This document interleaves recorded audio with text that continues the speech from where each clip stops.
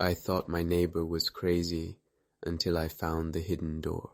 I've lived in my house for 5 years, in a quiet suburban neighborhood on the outskirts of town. It's the kind of place where everyone knows each other, but you still mind your own business.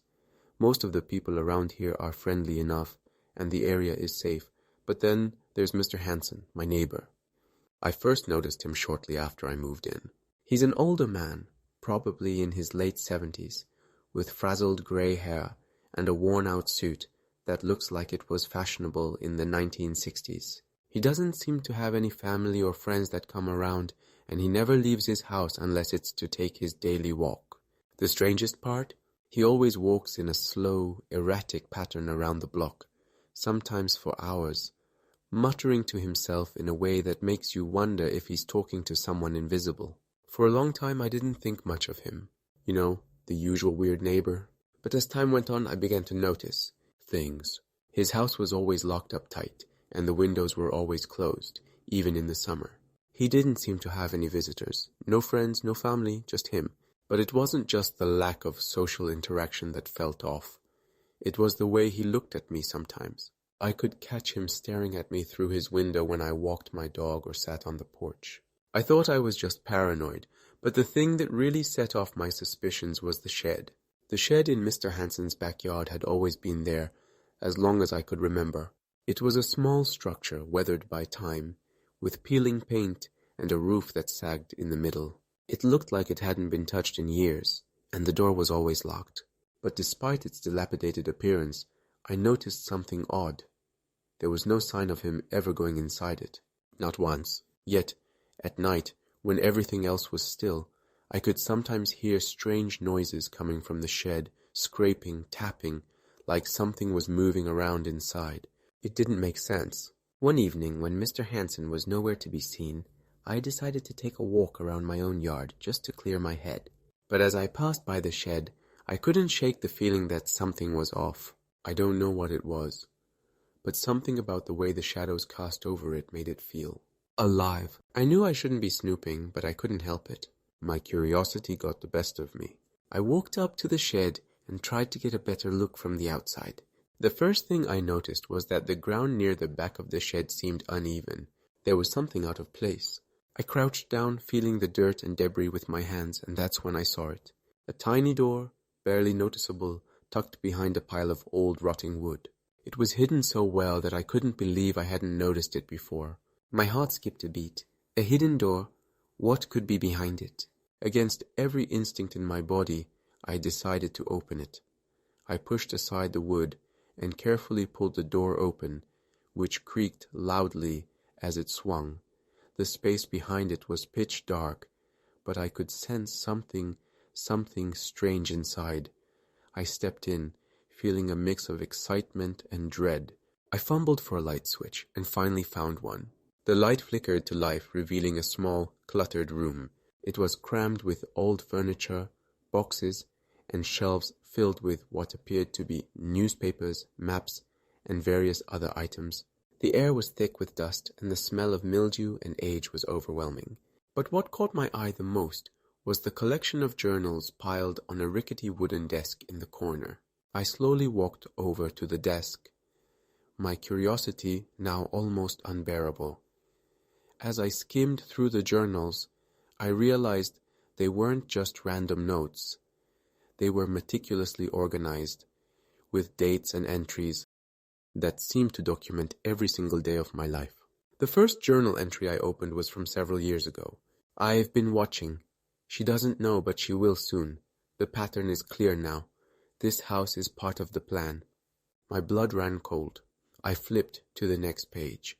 The entries were written in a hurried, almost frantic handwriting, as though the writer was obsessed.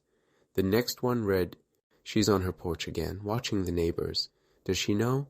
No, but she will, soon." The chill running down my spine was almost unbearable now. How could he know what I was doing? How could he be watching me? As I kept flipping through the pages, the entries became more detailed, describing my daily routine. The times I left for work, when I came back, when I went grocery shopping. He had written down everything right, down to the exact time I woke up each morning. But then I turned a page and found something that made my stomach drop. A photo of me. It was a picture I hadn't seen before. It was taken from inside my house, through my window. I was sitting on my couch, reading a book. The photo was blurry, but unmistakably me. The hairs on the back of my neck stood up as I realized just how close he had been. The next photo was even more disturbing. It was taken from my driveway, showing me standing on my porch, looking out into the yard. It was so clear, so precise. He had been right there, watching me. And that wasn't the worst part. The worst part was the next picture. It was of me, asleep in my bed, taken from inside my own house, through my bedroom window. I slammed the journal shut and took a step back, my heart pounding in my chest. The realization hit me like a ton of bricks. He had been watching me this entire time closely, and he wasn't just some harmless old man. Suddenly I heard the creak of floorboards from behind me. I froze. Someone was coming. I whipped around. My breath caught in my throat, and there he was, Mr. Hansen. He was standing in the doorway, his thin frame outlined against the dim light from the room. His eyes were wide and almost too calm, like he wasn't surprised to see me there. He just stared at me for a long moment, as though waiting for me to say something. Finally he spoke, his voice low and almost gentle. "I knew you would find it eventually." I couldn't speak. My mind was reeling. I had no idea what to say or do. He took a slow step forward, his shoes creaking on the wooden floor. "I've been keeping track of you for a long time," he said, his voice steady. "It was part of the plan. You and I, we're connected in a way you don't understand yet." The hairs on my neck stood up.